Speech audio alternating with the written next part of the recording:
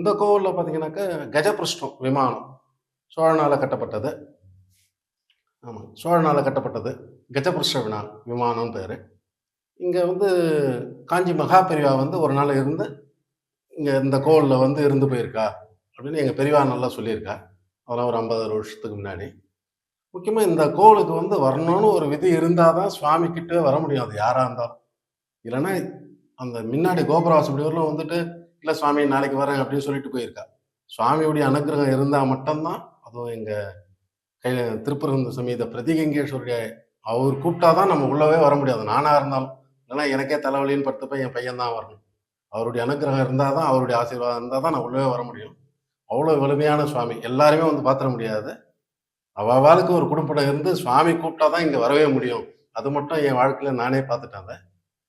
எல்லாமே எல்லா விசேஷமும் இங்க நல்லா நடந்துட்டு இருக்கு கோவில்ல. சிவராத்திரி, அன்னாபிஷேகம், பங்குனி உத்திரம், இளநீர் முருகர் இங்க வராரு 8ஆம் நாள் உற்சவத்துல, பிரம்மோற்சவத்துல. இங்க 8ஆம் நாள் சூரசம்ஹாரத்துக்கு வராரு.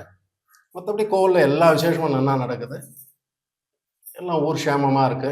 எல்லாமே எல்லாம் சௌகரியமா இருக்கிறோம். எல்லாம் சுவாமியுடைய ஆசீர்வாதம் தான்.